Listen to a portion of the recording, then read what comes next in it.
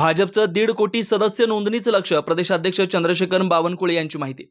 भारतीय जनता पक्षाचं संघटन पर्व सुरू असून 18 तारखेपर्यंत राज्यातील सर्व विभागांमध्ये 1.5 कोटी सदस्य नोंदणीचा संकल्प करण्यात आलाय। भाजपचे 1 कोटी 10 लाख सदस्य पूर्ण झालेत। उर्वरित नोंदणीसाठी विविध अभियान राबवलं जात आहे। घर चलो अभियान व इतर माध्यमातून पक्ष जनतेपर्यंत पोहोचतोय। पंतप्रधान नरेंद्र मोदी व राज्याचे उपमुख्यमंत्री देवेंद्र फडणवीस यांच्या नेतृत्वाखाली जनता ठाम उभे असं भाजप प्रदेशाध्यक्ष चंद्रशेखर बावनकुळे यांनी सांगितलं। नांदेड इथं आज नांदेडमध्ये अशोक चव्हाण यांच्या अध्यक्षतेखाली विभागीय बैठक पार पडली। त्यानंतर ते पत्रकारांशी बोलत होते। ते म्हणाले, अजित पवार धनंजय मुंडेंना पाठीशी घालतात असा आरोप होत असला तरी अजित पवार हे पारदर्शक काम करणारे नेते आहेत असं बावनकुळे म्हणाले। पक्षातील निर्णय घेण्याचा पूर्ण अधिकार अजित पवारांकडे असून जर कोणी चुकीचं वागलं तर ते कोणाची गय करणार नाहीत। सध्या संबंधित प्रकरणाची चौकशी सुरू आहे असंही त्यांनी स्पष्ट केलंय।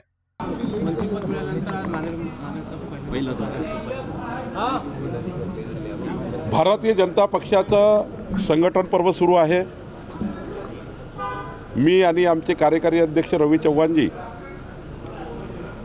18 तारखेपर्यंत राज्याच्या सर्व विभागामध्ये भारतीय जनता पक्षाचे 1.5 कोटी सदस्य संख्या असलेला पक्ष आम्ही याचा संकल्प केला आहे। भारतीय जनता पार्टीचे 1 कोटी 10 लाख सदस्य झालेले आहेत, प्राथमिक सदस्य झालेले आहेत। सोबतच राज्यामध्ये 5 लाख ॲक्टिव्ह मेंबर क्रियाशील आणि सक्रिय सदस्य व्हावे असा हा प्रवासाचा भाग आहे। आज नांदेडमध्ये आमचे सर्व आमदार खासदार खास करून अशोकराव चव्हाण साहेब यांच्या अध्यक्षतेखाली नांदेडची बैठक होणार आहे। नांदेडमध्ये 4-5 जिल्ह्याचं आम्ही या ठिकाणी नियोजन करणार आहोत। आमचे कार्यकारी अध्यक्ष रवींद्र चव्हाणजी हे संघटन पर्वाचे प्रमुख आहेत। मला असं वाटतं की जो आम्ही निश्चय केला आहे 1.5 कोटी सदस्य संख्या असलेली भाजपा, ज्या पद्धतीने आम्ही जनतेमध्ये जातो आहे, घर चलो अभियान करतो आहे, रस्त्यावर पांटेल्यावर चौकामध्ये सदस्यता अभियान करतो आहे, जनताही माननीय प्रधानमंत्री मोदी यांच्या मागे उभी आहे। जनताही आमचे राज्याचे नेतृत्व देवेंद्र यांच्या मागे उभी आहे।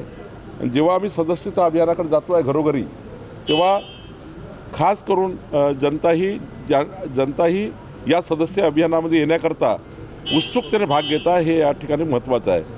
आणि खऱ्या अर्थाने आमचं जे 20 तारखेपर्यंत आम्ही विचार केला आहे 1.5 कोटी सदस्य संख्या आम्ही पूर्ण करू। मला वाटतं आजच्या दौऱ्यामध्ये मराठवाड्यामध्ये सुद्धा एक चांगला सदस्यता अभियान सुरू होईल। नितेश राणे म्हणाले की विरोधी पक्षातील कार्यकर्त्यांना सरपंचांना निधी मिळणार नाही। कालच बोलले यावर। हा फंडा खरं तर उद्धव ठाकरे यांचा होता। जेव्हा उद्धव ठाकरे मुख्यमंत्री होते त्यांनी अलिखित आदेश काढले होते त्यांच्या मंत्रिमंडळाला की भारतीय जनता पार्टीचा कुठलाही आमदार जर मंत्र्याकडे आला तर कुठल्याही आमदाराला, भाजपच्या आमदाराला कुठलाही पैसा द्यायचा नाही, कुठलाही निधी द्यायचा नाही, असं अलिखित आदेश उद्धव ठाकरेंनी काढले होते। परंतु नितेश राणे साहेब यांनी काही त्या ठिकाणी उच्चार केला असेल, पण राज्याचे मुख्यमंत्री देवेंद्र फडणवीसजी हे ज्या पद्धतीने त्यांनी विधानमंडळाच्या राष्ट्रपती महोदयाच्या अभिनंदन प्रस्तावाच्या वेळी त्यांनी महाराष्ट्राच्या जनतेला आश्वस्त केलं होतं, विरोधी पक्षाला आश्वस्त केलं होतं की आमचं सरकार हे पारदर्शीपणे चालेल, गतिशील चालेल आणि सोबत आमचं सरकार महाराष्ट्राच्या कुठल्याही कानाकोपऱ्यातल्या कुठल्याही गावावर अन्याय करणार नाही। याचा अर्थ असा आहे की 288 आमदार जिथून निवडून आले त्या सर्व आमदाराच्या मतदारसंघामध्ये आमचं सरकार कोणत्याही पद्धतीनं कोणत्याही विकासाचा अन्याय करणार नाही। देवेंद्र फडणवीस सरकार, आमचं सरकार संपूर्ण महाराष्ट्राला सर्व विभागाला सारखा न्याय देण्याचा प्रयत्न करणार आहे। मुंबईतील पेटंट कार्यालय दिल्लीला का हलवण्यात येत आहे? काय म्हणतात की भाजप आपल्या कथेतून मुंबईचा अपमान करते। काय केलं?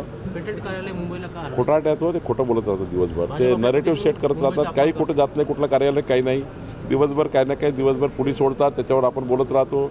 काही नाही आहे, कुठलं कार्यालय जात नाही, कुठला विकास जात नाही आहे। देवेंद्र फडणवीस सरकार आहे, पारदर्शी गतिमान सरकार आहे आणि जे येईल तर महाराष्ट्रात येईल, महाराष्ट्रातून काही जाणार नाही। अजित पवार धनंजय मुंडेंना पाठीशी घालण्याचा आरोप होतोय। अजित दादा अत्यंत पारदर्शी काम करणारे कार्यकर्ते आहेत। त्यांच्या पक्षाचे निर्णय घ्यायचे अधिकार अजित पवार साहेबांना आहे।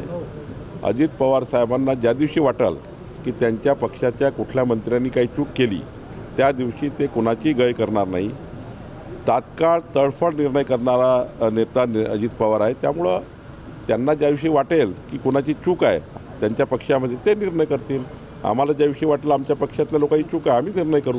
त्यामुळं मला असं वाटतं की अजितदादाचा निर्णय हा तात्काळ तडफड आणि पारदर्शी असल्यामुळं जर त्यांना काही वाटलं तर ते निर्णय घेतील. पण मला असं वाटतं सध्या ज्या पद्धतीचं चौकशी सुरू आहे त्या चौकशीमध्ये जोपर्यंत कुठला व्यक्ती दोषी आढळत नाही तोपर्यंत कोणत्या पक्ष निर्णय करणार नाही. एकनाथ शिंदे यांनी कोऑर्डिनेशन रूम तयार केली आहे. सर्वच पक्ष करतात कोऑर्डिनेशन रूम. नांदेडमध्ये भाजप सोबत आम्ही महायुतीमध्ये पूर्ण ताकदीने लढणार आहोत. क्या आप इंटीरियर के बारे में सोच रहे हैं पर डिज़ाइन फाइनल नहीं कर पा रहे? होम इंटीरियर या ऑफिस इंटीरियर, किसी भी डिज़ाइन आइडिया को रियलिटी में कैसे बदले, आज हम ये जानेंगे इंडस्ट्री एक्सपर्ट्स से। हमारी कंपनी जो है डिज़ाइन ब्यूरो, उसमें interior designing, renovation, architectural design, landscaping end renovation, furnitures, ये सारे जॉब्स हमारे यहाँ होते हैं और पिछले 20 साल से हम लोग इस फील्ड में हैं। और इसमें 2 से 3 कैटेगरी आप इसको डिवाइड कर सकते हैं, जिसमें कि हम रेसिडेंशियल बोलते हैं, कमर्शियल बोलते हैं और रिनोवेशंस बोल सकते हैं। बेसिकली क्लाइंट्स की नीड्स को अंडरस्टैंड करना, सो नीड बेस्ड एनालिसिस हमारे यहाँ होता है।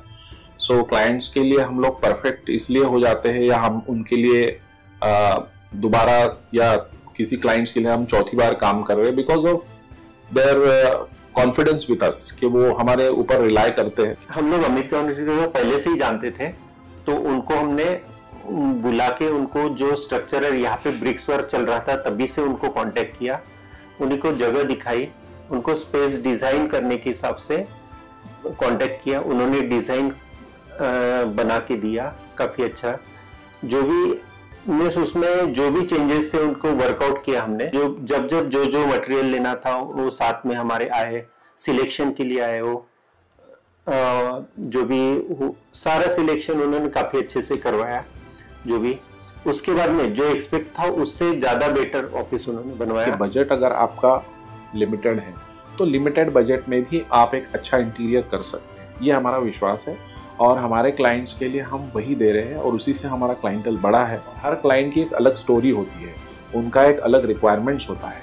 कई बार ये सारा मिस आउट हो जाता है, हम अपने डिज़ाइन उन पे लाते हैं, वो नहीं होना चाहिए। उनको क्या चाहिए वो हम डिलीवर कर सकते हैं, बस वो उनके बारे में हमको समझना पड़ेगा। तो हमारे इसमें हम एक ही बोलते हैं कि ड्रीम कम्स ट्रू। आप ड्रीम देख रहे हो, हम उनको फुलफिल करेंगे, वो हमारी रिस्पॉन्सिबिलिटी है।